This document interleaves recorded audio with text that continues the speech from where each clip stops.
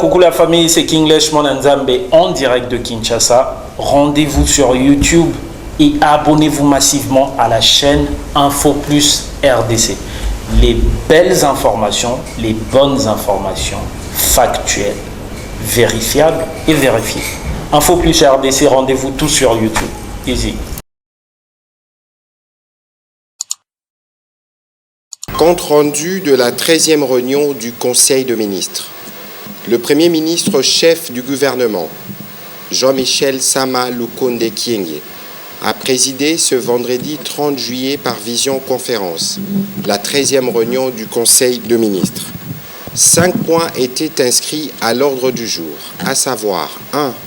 La communication du Premier ministre chef du gouvernement. 2. Point d'information. 3.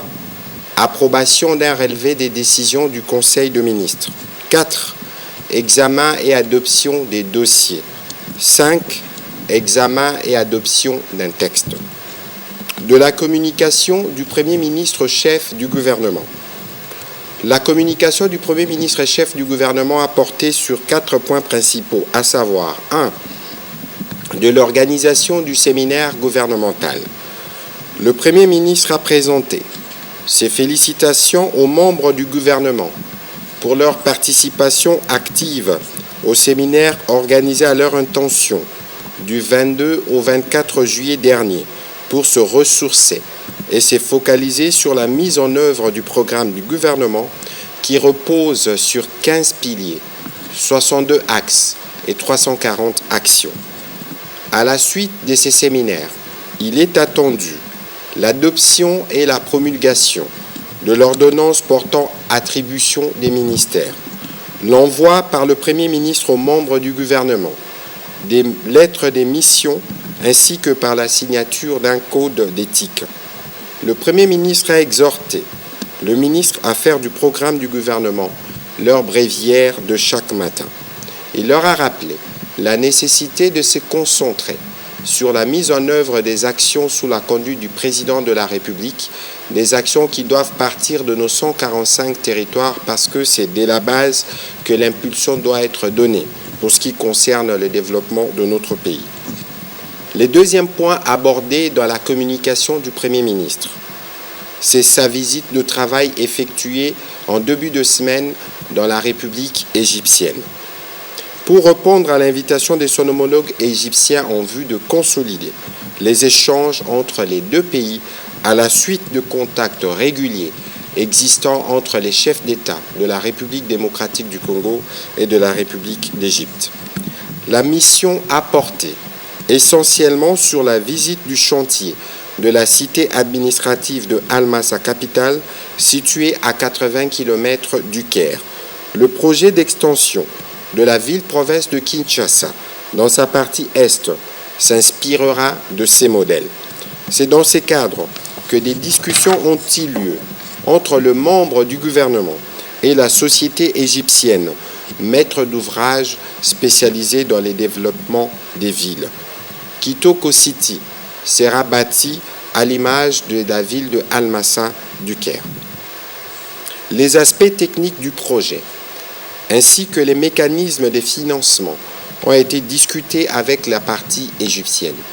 Les ministres d'État à l'urbanisme, son collègue à l'aménagement du territoire, ainsi que le ministre des Affaires foncières ont été chargés de préparer le rapport technique à soumettre au Conseil de ministres pour adoption.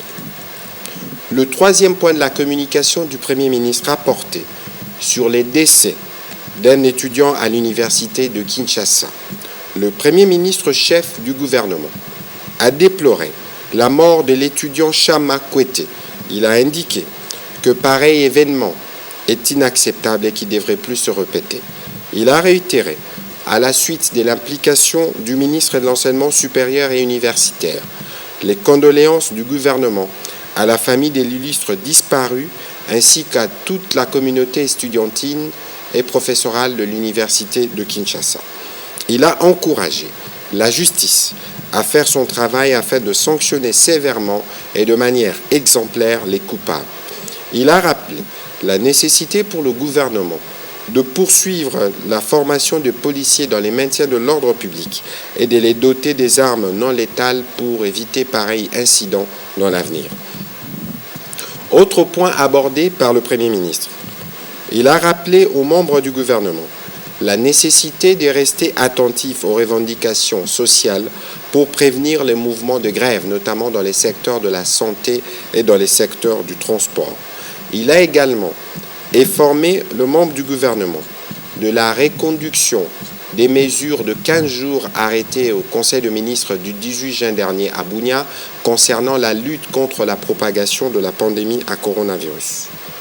Le Premier ministre a conclu son intervention en annonçant la signature par lui, en début de semaine, du décret qui va permettre au ministre des Finances et celui de Transport et Voies de Communication, ainsi que celui de l'Économie, de procéder à la signature des arrêtés qui vont concrétiser la baisse du coût des billets d'avion.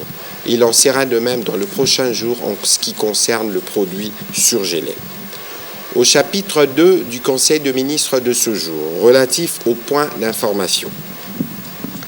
Le vice-premier ministre, ministre de l'Intérieur, Décentralisation et Affaires coutumières, représenté par son vice-ministre, a fait le tableau de l'état du territoire, qui reste généralement marqué par le calme, et l'état d'esprit de la population a été marqué par quelques faits saillants, notamment les débats au sein de confessions religieuses autour de la désignation du candidat président de la Commission électorale nationale indépendante, la polémique au sein de la population consécutive au projet de loi, à la proposition de loi fixant le montant de la dot et de fiançailles, la psychose au sein de la population consécutive à la décision prise le 16 juillet 2021 par les médecins de service public de radicaliser leur mouvement de grève sur toute l'étendue du pays et la poursuite des opérations militaires dans les provinces sous état de siège. Toujours sur ces chapitres, pour sa part, le ministre de la Défense nationale et ancien combattant a fait le point de la situation générale sur les terrains opérationnels, qui demeure relativement calme à ce jour. Il est particulièrement revenu sur la situation sécuritaire dans les provinces sous état de siège, où la forte pression de nos forces armées continue d'enregistrer des redditions des miliciens. En province de l'Ituri, la situation sécuritaire est suivie étroitement dans 2 de 5 territoires qui composent cette province. Elle est marquée par les affrontements entre les forces armées de la République démocratique du Congo et les groupes armés. Les services signalent l'émergence d'un groupe armé, se disant Codeco islamique. En territoire d'Irumu, les forces armées de la République démocratique du Congo ont libéré dans la localité de Machini 150 familles d'otages des mains des ADF.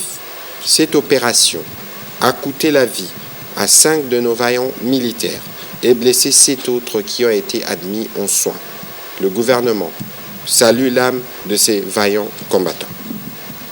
En province du Nord Kivu, le gouverneur militaire s'est installé à Beni, au cœur des opérations. Avec son quartier général, il coordonne et suit de près les déroulements des opérations et sensibilise davantage les groupes armés à déposer les armes. Le calme a été ainsi observé cette semaine dans les territoires de Lubero, de Massissi, de Nyiragongo, de Walikale, ainsi que dans la ville de Butembo. D'autres redditions au FARDC ont également été enregistrées.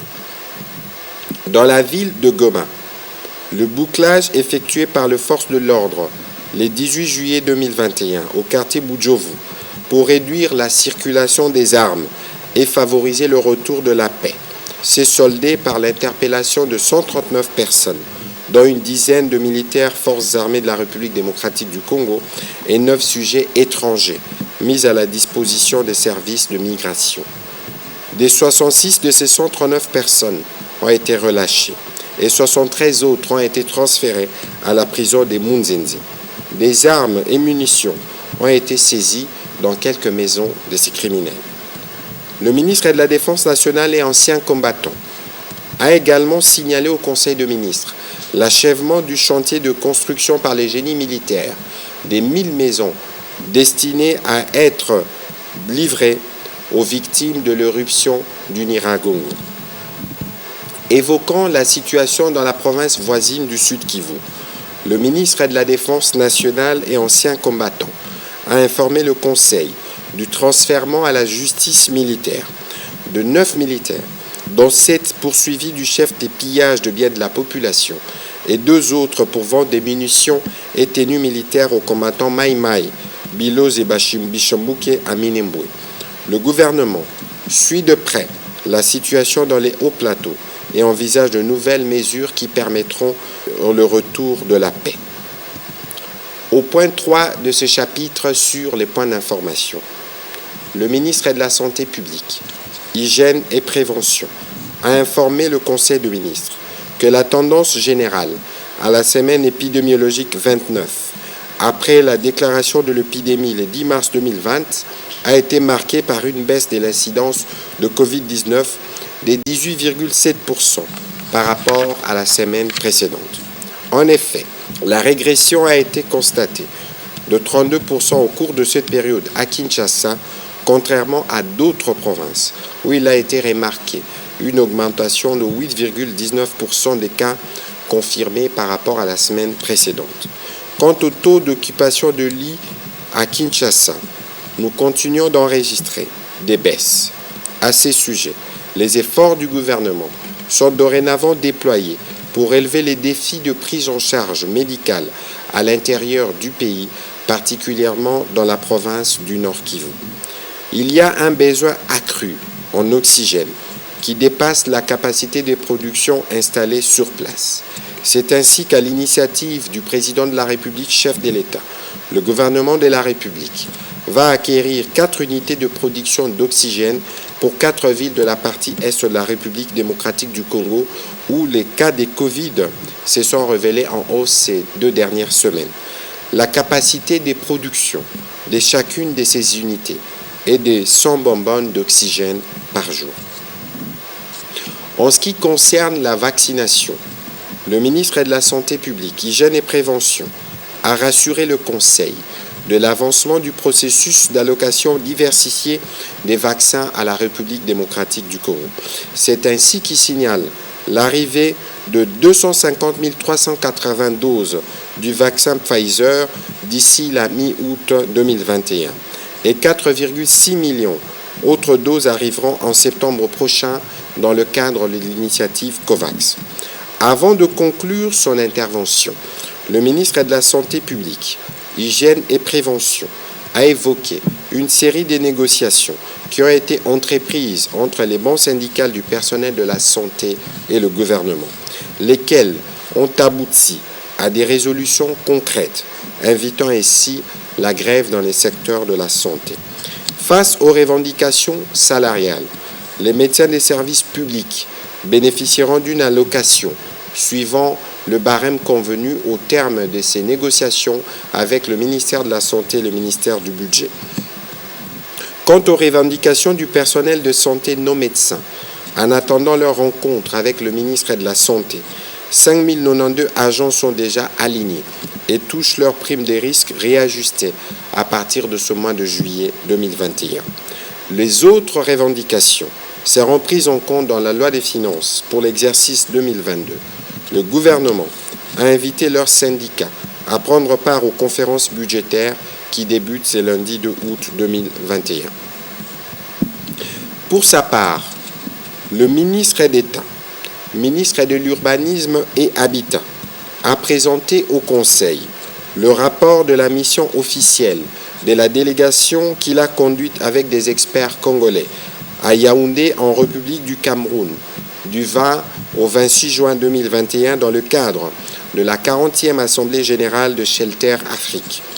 De la table ronde des ministres et chefs des délégations portant sur la problématique du déficit en logement décent et abordable en Afrique, à la visite des sites abritant les projets des logements sociaux en cours d'exécution à Yaoundé, en passant par les symposiums et les travaux proprement dits de l'Assemblée générale annuelle, ces assises qui ont permis à la République démocratique du Congo de marquer son retour dans les girons de Shelter Afrique, confirmant ainsi son leadership à la tête de l'Union africaine.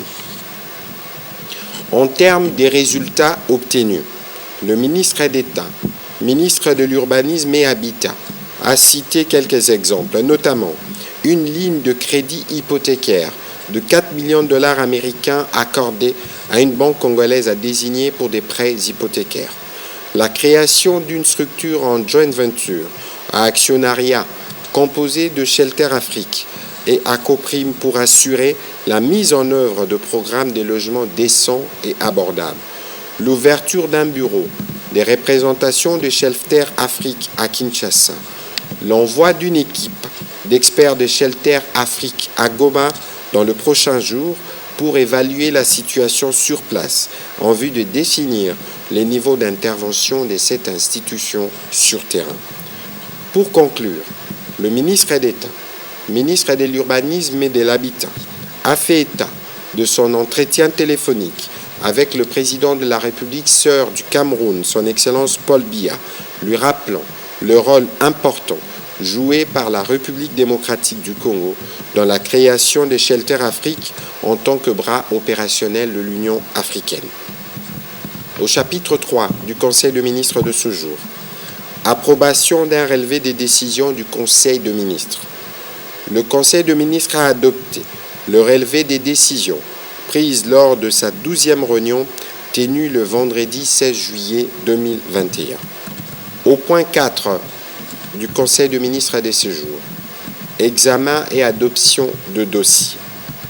Le premier dossier, portant sur le programme de développement et d'innovation en entrepreneuriat de jeunes en République démocratique du Congo Prodige, a été présenté par le ministre d'État, ministre de l'entrepreneuriat de petites et moyennes entreprises.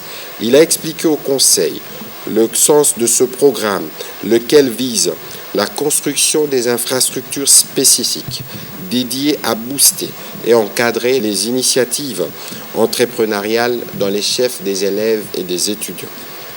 En vue d'envisager la mise en œuvre rapide de ces programmes, le ministre d'État, ministre de l'entrepreneuriat, de petites et moyennes entreprises, a sollicité du Conseil l'adoption du prodige afin de permettre son implémentation dès l'année scolaire 2021-2022 en ce qui concerne la réforme des programmes de l'enseignement primaire, secondaire et universitaire, la levée d'une option claire entre un financement à hauteur de 100 millions de dollars pour 12 provinces uniquement ou 200 millions de dollars pour toutes les 26 provinces du pays, d'autoriser le ministre des Finances à introduire une requête pour l'obtention de 100 millions de dollars de la première phase prodige auprès de la Banque africaine de développement dont l'accord de principe a déjà été acté, de permettre au ministre des Finances, en vue de l'extension du prodige à toutes les 26 provinces, d'introduire la requête auprès de bailleurs de fonds afin d'obtenir le 100 millions de dollars supplémentaires. Après débat et délibération, ce dossier a été adopté par le Conseil de ministres. Toujours sur ces chapitres de dossier, de l'évaluation et du suivi des mesures pour la mobilisation accrue des recettes. Dans le cadre du renforcement du dispositif des mobilisations accrues des recettes publiques, le ministre des Finances, représenté par sa vice-ministre, a informé le Conseil que le ministère des Finances a signé des contrats de performance avec chacune des régies financières en augmentant de manière volontariste de 15% la cible des mobilisations de recettes, soit 10 780 milliards de francs congolais, alors que la loi de finances 2021 a fixé ces assignations à 9 374 milliards de francs congolais. Ainsi, l'analyse du comportement de recettes devrait s'effectuer par rapport aux assignations de contrats de performance et par rapport à celles fixées dans la loi des finances pour l'exercice 2021. Présentant la situation de la trésorerie de l'État du 1er janvier au 29 juillet 2021, elle a fait l'état d'une mobilisation de 6 296,3 milliards de francs congolais, soit 67% des assignations budgétaires annuelles évaluées à 9 374 milliards de francs congolais, 58% des assignations du contrat de performance fixé à 10 780 milliards de francs congolais, 61% par rapport à la cible de recettes fixée dans l'accord avec le Fonds monétaire international. Des performances qui, grâce à ces dispositifs renforcés, devraient se consolider jusqu'à la fin de l'année. Le ministre d'État, ministre du Budget, a complété la vice-ministre dans ces chapitres. Il a annoncé l'organisation à partir du 2 août prochain des conférences budgétaires pour l'élaboration du projet de loi de finances pour l'exercice 2022. Il a formulé quelques recommandations invitant les ministres à envoyer leur projet des prévisions budgétaires en veillant aux mesures d'accroissement des recettes de l'État dans tous les secteurs pour permettre le bon déroulement de ces échanges. Après débat et délibération, cet autre dossier a été adopté. Au chapitre 5 du Conseil de ministres de ce jour, relatif à l'examen et à l'adoption des textes, du projet d'ordonnance portant nomination des agents de carrière des services publics de l'État, au grade et en fonction de médecin général, médecin chef des cliniques et médecin résident du ministère de la Santé publique, Hygiène et Prévention. Le vice-premier ministre, ministre de la fonction publique, modernisation de l'administration et innovation du service public, a soumis au Conseil les projets d'ordonnance portant nomination des agents de service public de l'État, au grade et en fonction de médecin général, médecin chef des cliniques et médecin résident du ministère de la Santé publique, Hygiène et Prévention. Ces textes concernent un effectif de 1654 médecins repartis comme suit: 582 médecins généraux, 230 médecins chefs des cliniques et 842 médecins résidents. La proposition de leur nomination par le président de la République chef de l'État, conformément à l'article 81 de la Constitution, a été donc sollicitée. En appui à l'argumentaire du vice-premier ministre, ministre de la fonction publique, modernisation de l'administration et innovation du service public, les ministres de la Santé publique, Hygiène et Prévention, a explicité qu'il s'agit d'un travail qui a été préparé par la commission ad hoc gouvernement-banc syndical chargée d'examiner les revendications des médecins et de dégager les pistes des solutions à soumettre au gouvernement pour dispositions utiles. Des échanges qui étaient menés pour éviter de déclencher la grève dans les secteurs de médecins. Par ailleurs, le vice-premier ministre, ministre de la fonction publique, modernisation de l'administration et innovation du service public, a annoncé au Conseil qu'un travail est en cours au niveau de ces services, notamment à la Direction générale des ressources humaines, afin de rencontrer de manière globale les préoccupations liées à la régularisation, la mécanisation, la titularisation et à la promotion en grade des agents de carrière des services publics de l'État, et que les conclusions de ces travaux seront soumises au Conseil des ministres pour décision. Après débat et délibération, le projet d'ordonnance a été adopté. Le deuxième texte soumis à l'approbation du Conseil des ministres de ce jour, portant autorisation de la prorogation de l'état de siège sur une partie du territoire de la République démocratique du Congo. Dans sa note de présentation du projet de loi autorisant la prorogation de l'état de siège sur une partie du territoire national pour une période de 15 jours prenant cours le 4 août 2021, la ministre d'État, ministre de la Justice et garde des Sceaux, a salué les sacrifices consentis par les élus nationaux qui ont promptement décidé de contribuer financièrement à l'effort de forces armées de la République démocratique du Congo avec une partie de leurs émoluments. À ces sacrifices financiers, il faut ajouter leurs pertinentes observations apportées à l'occasion du vote des précédentes lois des prorogations. Eu égard aux nouvelles méthodes terroristes employées par l'ennemi. Les forces armées de la République démocratique du Congo méritent d'être davantage soutenues. Et il leur faut plus de temps, pouvant leur permettre de poursuivre avec les opérations de grande envergure sur terrain. Une 5e prorogation de l'état de siège s'impose, compte tenu de l'envol qui viennent de prendre la conduite de ces opérations, ainsi que la mise en place des animateurs militaires de la territoriale dans les provinces concernées, à savoir la province du Nord Kivu et la province de l'Ituri. Le gouvernement a en outre pris en compte, comme recommandé par les honorables députés, la nécessité de faire un état des lieux sur les questions majeures de sécurité et de la restauration de l'autorité de l'État dans cette partie du territoire national. Après débat et délibération, ce projet de loi a été adopté. Commencé à 10h49, la réunion du Conseil des ministres a pris fin à 14h29. Je vous remercie.